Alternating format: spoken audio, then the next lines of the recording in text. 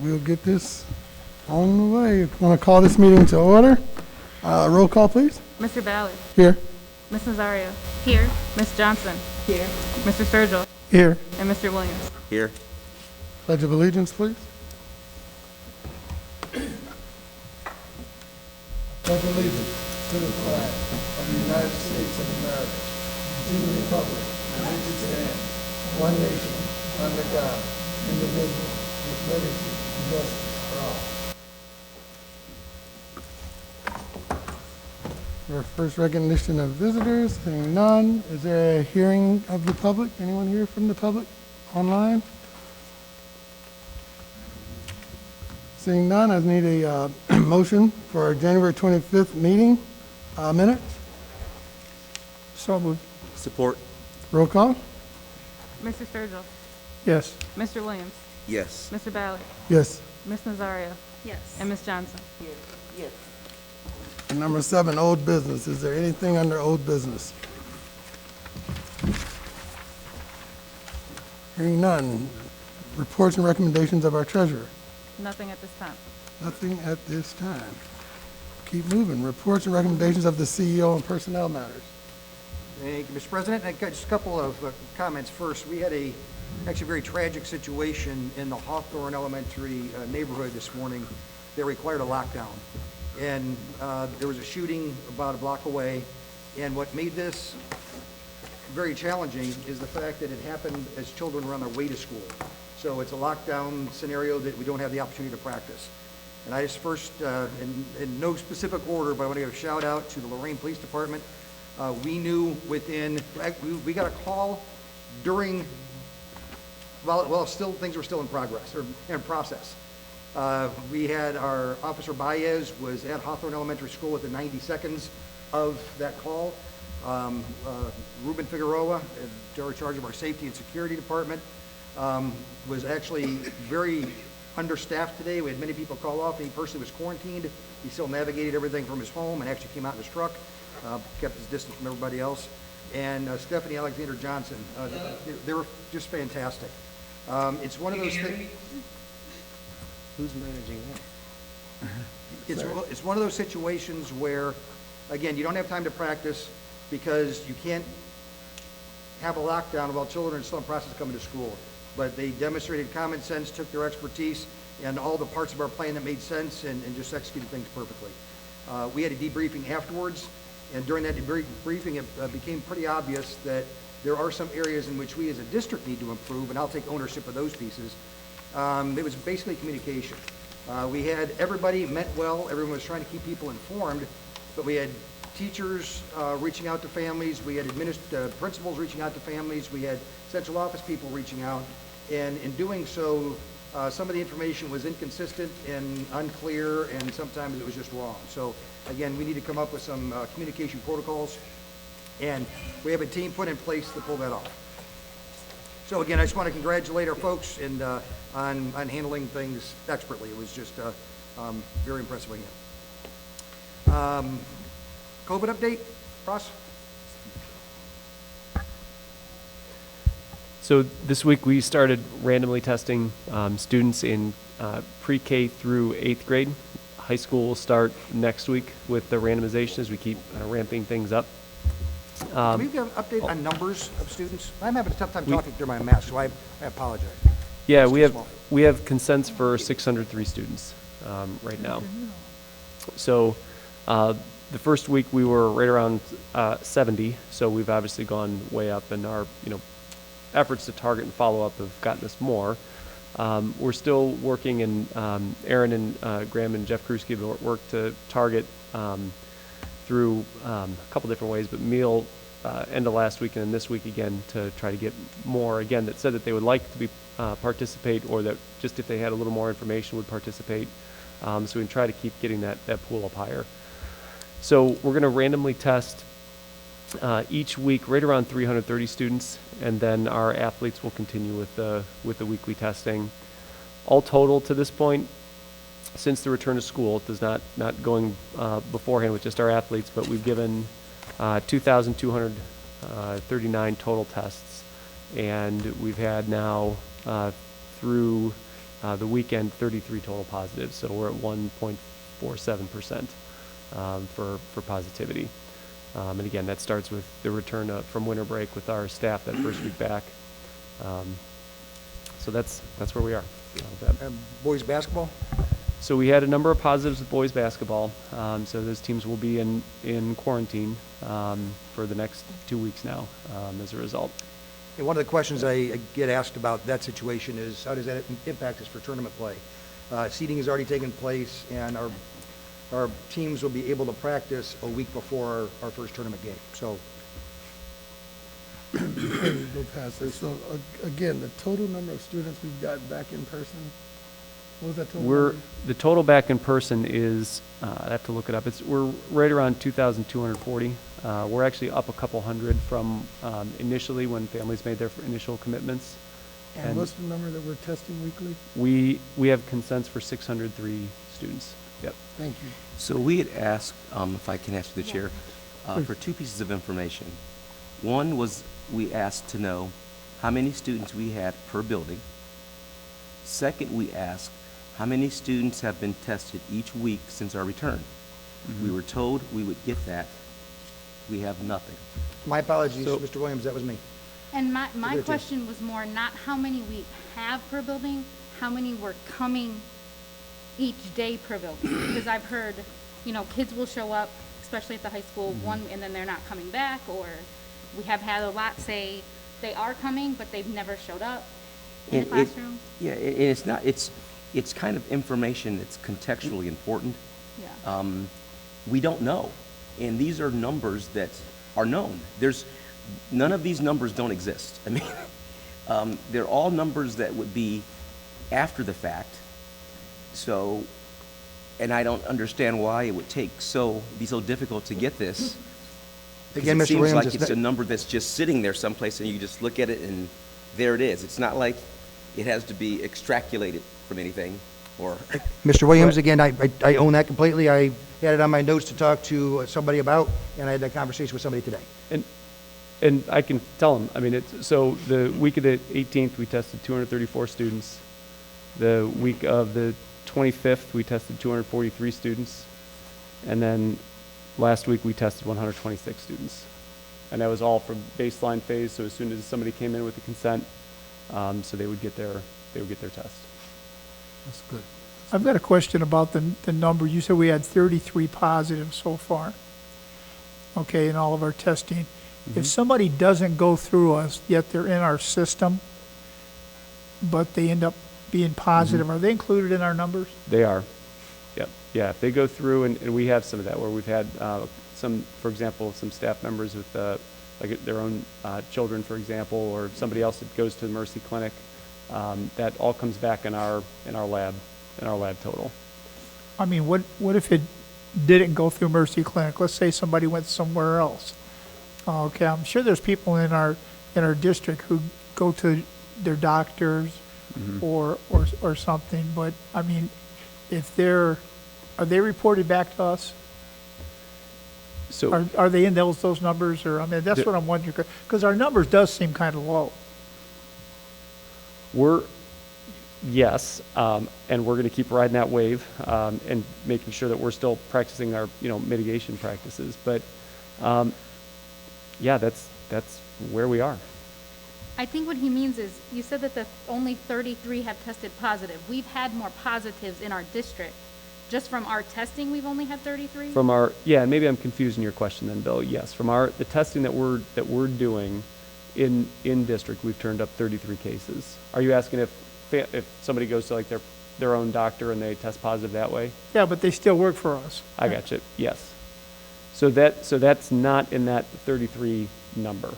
Okay. That 33 number is the number that we have turned up through our COVID testing. So that's great. So that's good because ours, we can see the ratio percentage based on our testing. Right. Is that other number that Bill is referring to a number that the district is aware of? Yeah. Okay. And that's kind of what's important is, I think also is, I don't know that we have to know everything, but whoever's positive, we would like to know that someone knows whether it's exposed by our testing or by some other testing. Right. So it's a general protocol that if someone tests positive, of course, they notify the appropriate persons. If we know. They don't have to tell us. They could tell us if there was a close contact, they'd have to report that. But they don't necessarily have to call us and tell us they were positive.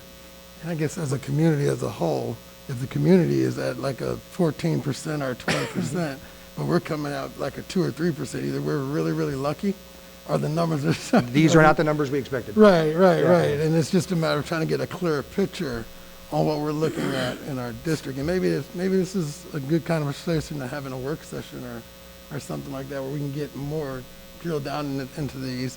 And the other question I keep getting from the community is, when are the teachers and the employees around here going to start getting their tests? I don't know if that has gone out publicly yet or if we're able to talk about that yet, but I know everybody's wanting to know when the vaccines, will start.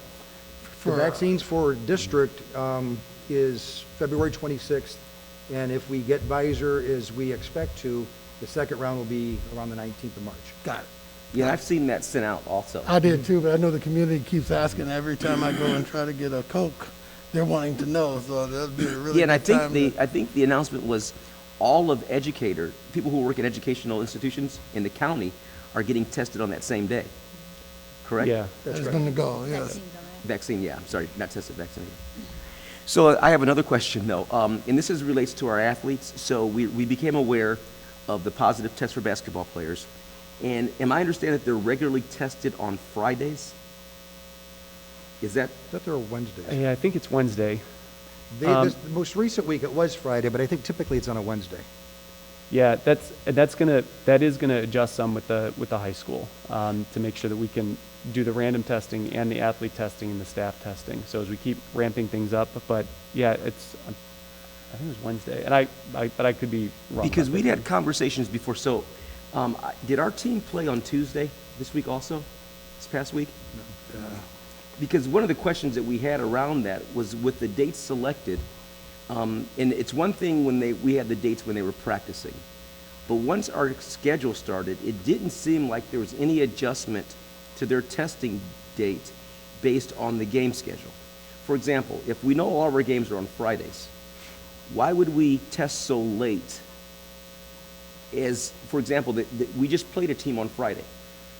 We then get our test results back from tests they took on Friday, which now means I assume that those schools have to be contacted.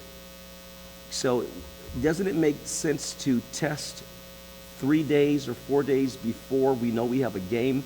That way we can avoid that scenario. And we talked about this before. And we have, and especially basketball, they have multiple games a week. Yeah. So we couldn't, But they're always on Tuesday and Friday or something. It's pretty consistent. We were so wondering, if we I was test on wondering. Friday, we have information back by Tuesday, but we'd have to test on Monday for information back on, Tuesday for Friday, so it's, either way, it's that exact situation. Right, and that's what I was thought we'd have caught either or. And that's why I was asking, so this one on Friday was just kind of an anomaly. We normally don't test on Friday. I can't speak to that solidly, but I didn't think we did. Okay. I thought we did on Wednesdays. And it's just a question of, is there real rhyme and reason around the days that we select and, going forward until everybody's been vaccinated into spring sports or whatever. It seems like that should be really part of the strategy around testing. Is there, and maybe there isn't a way, but in looking at the schedule, and the schedules are pretty consistent, is there a way of testing that best addresses the avoidance of infecting other teams, if that's, Yeah, there's no easy way around this though, Tim, because again, the virus takes up to 14 days to incubate. So to try to time it within a 2 or 3 day window to incubate, and each person's incubation time is going to be different. So it's not like we can time it up and say every day, 2 days before we're going to give it and we're going to have a clear answer. When somebody could be exposed and it could take them 10 days to end up developing to enough viral load to be test positive. That's where our and again, like with our health professionals, going weekly gives us an ongoing check that we can get as close anyway to having updated real-time information without going like the professional teams going every day or every other day, which just isn't No, yeah, feasible. and I recognize that our primary objective is doing exactly what it's doing. It was just on a secondary piece, if there is any, and when we look at a schedule, and we know the schedule's fixed, then looking at our testing schedule just to see if there's a secondary piece we could catch. And again, we would probably be able to offset one of the days, but not the other. And again, maybe they've done that. I was just kind of perplexed when I saw that our testing was on Friday, on this particular one, and I think that might have been unusual. At least that's what I was told. Yep. Maybe that's incorrect. But I think to, excuse me, to DeRoss's point, it wouldn't matter. So even though our games are every 3 days, the incubation period for the virus is not. So it may take 4 days or 5 days for a student to develop the viral load to, So then- to pass on the Okay, virus. so then, so our contacting then, after we find out that we have this number of kids, however number it is, tested positive, then I guess we contact the school that we played on Friday, is that correct? Yeah, and I is Jeff Kruski, are you on? I see his name there. Or Brian Corey? You guys have, because I don't have the most up-to-date information on that. If you guys know more on the contact. And maybe we with can other get schools. that, maybe that on our Wednesday call, we can get that information, just kind of to that, and I can ask those questions then. That's fine. Again, it's nothing that I'm saying we have to take action on. It's just a question, and it's always a question is what's considered in the thought process when selecting test days. Are they just, because again, there's the professionals who have to do this work and all that stuff, and now that we have all these other kids testing all the other days, it's just a question.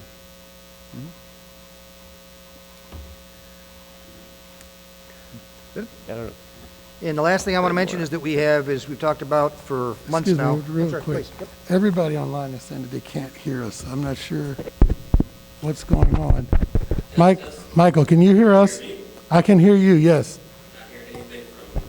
You're not hearing us? I can hear you, Michael, but I can't hear Bill. Understood. And we could I'm Jeff understanding, Kruski is it because those mics are muted maybe, that we can't get through Zoom?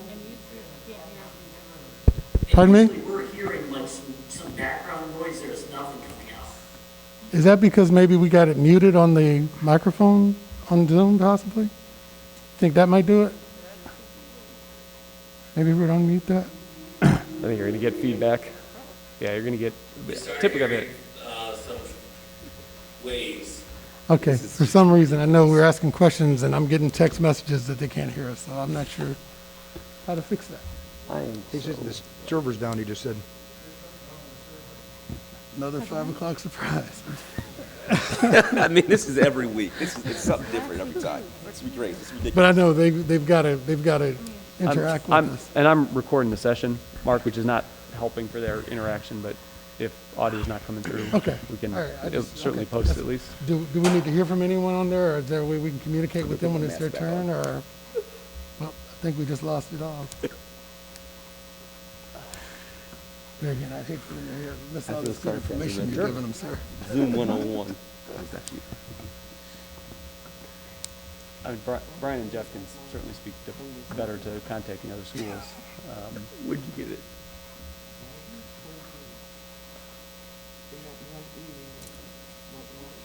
Are you on the Zoom, Ross? So, and if you unmute your mic, though, we get to That's the the slap feedback, back. right? Okay. Yeah, I just tried, but it should be from like their computers to.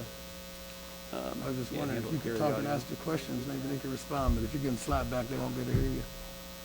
Say that again. I was just wondering if you could ask them the questions that we had through your computer, but it wouldn't help if you're getting the loop. Yeah, we'll get feedback.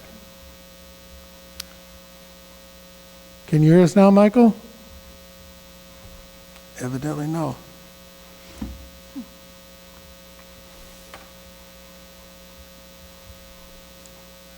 Boy, and they've just been sitting there watching patiently. I appreciate that. Well, I mean, if you want to continue on, and then we'll just let everybody see the tape. If you have any questions for them, I guess you could send them in the chat, and they could respond and open up their mic if that works. Yeah.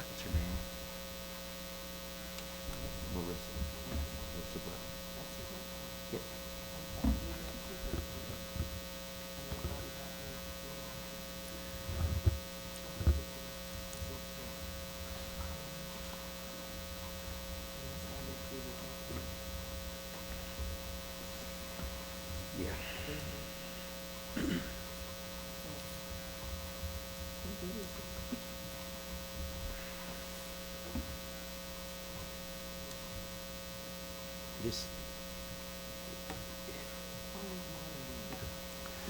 Would you guys like to continue and just let them do the playback, or you guys want to wait and give them time to? we might as well keep on going because we're almost ready for executive session anyway, right?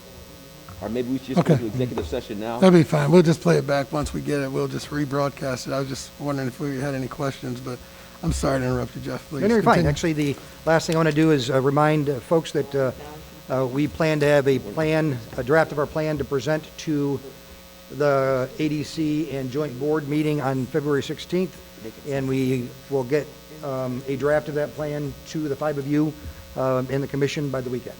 And again, the focus is what we've been discussing for quite some time, our Ohio improvement process, which is our teacher-based teams, building leadership teams and district leadership teams, multi-tiered systems of support, creating, establishing, and developing and cultivating a healthy culture, curriculum, and everything with a strong focus and equity. And we know the what and the why. That's the what, and the why is because these things have the greatest impact on student achievement. And the how pieces and the when pieces will come out as the plan unfolds. So again, expect a copy of that by this weekend.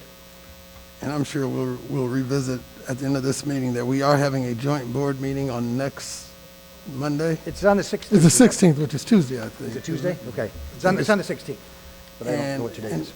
And who would we need to speak with about making sure they do a free run of this to make sure that's... We brought Drew on board. Mrs. Day, he was scheduled to be off today. Okay. I think he worked 2 days last week, so we will make this a high priority. All right. Okay. Very good, very good, very good. Okay, I would like the board to consider for approval items 3.1 to 3.06, approval of personnel matters. So moved. Roll call? Mr. Sturgill. Yes. Ms. Johnson. Mr. Ballard. Yes. Ms. Nazario. Yes. Mr. Williams. Yes. Get the board to consider for approval operations matters, items 4.01 to 4.03. Need a motion? Motion to approve? Support. Roll call? Mr. Williams. Yes. Mr. Sturgill. Yes. Mr. Ballard. Yes. Ms. Nazario. Yes. And Ms. Johnson. That's what happened. Thank you. All righty, thank you, Texting Drew right now. thank you. No board request. We have our second hearing of the public.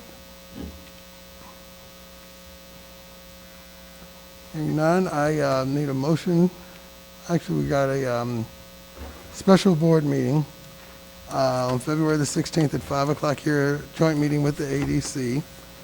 We should have that via Zoom and Facebook Live, let's hope. Short of that, we need a motion to go into executive session So moved. Second? based on A7 compensation. Roll call, please. Mr. Sturgill. Yes. Ms. Nazario. Yes. Mr. Ballard. Yes. Ms. Johnson. And Mr. Williams. Yes. And we will not be taking any action coming out, so thank you all and have a good night. We will come back out to adjourn. Seeing no other business on the agenda, I need a motion to adjourn. Motion to adjourn. Support? Roll call? Ms. Nazario. Yes. Mr. Williams. Yes. Mr. Ballard. Yes. Ms. Johnson. Yes. And Mr. Sturgill. Yes. Meeting is adjourned. Thank you all. Thank you.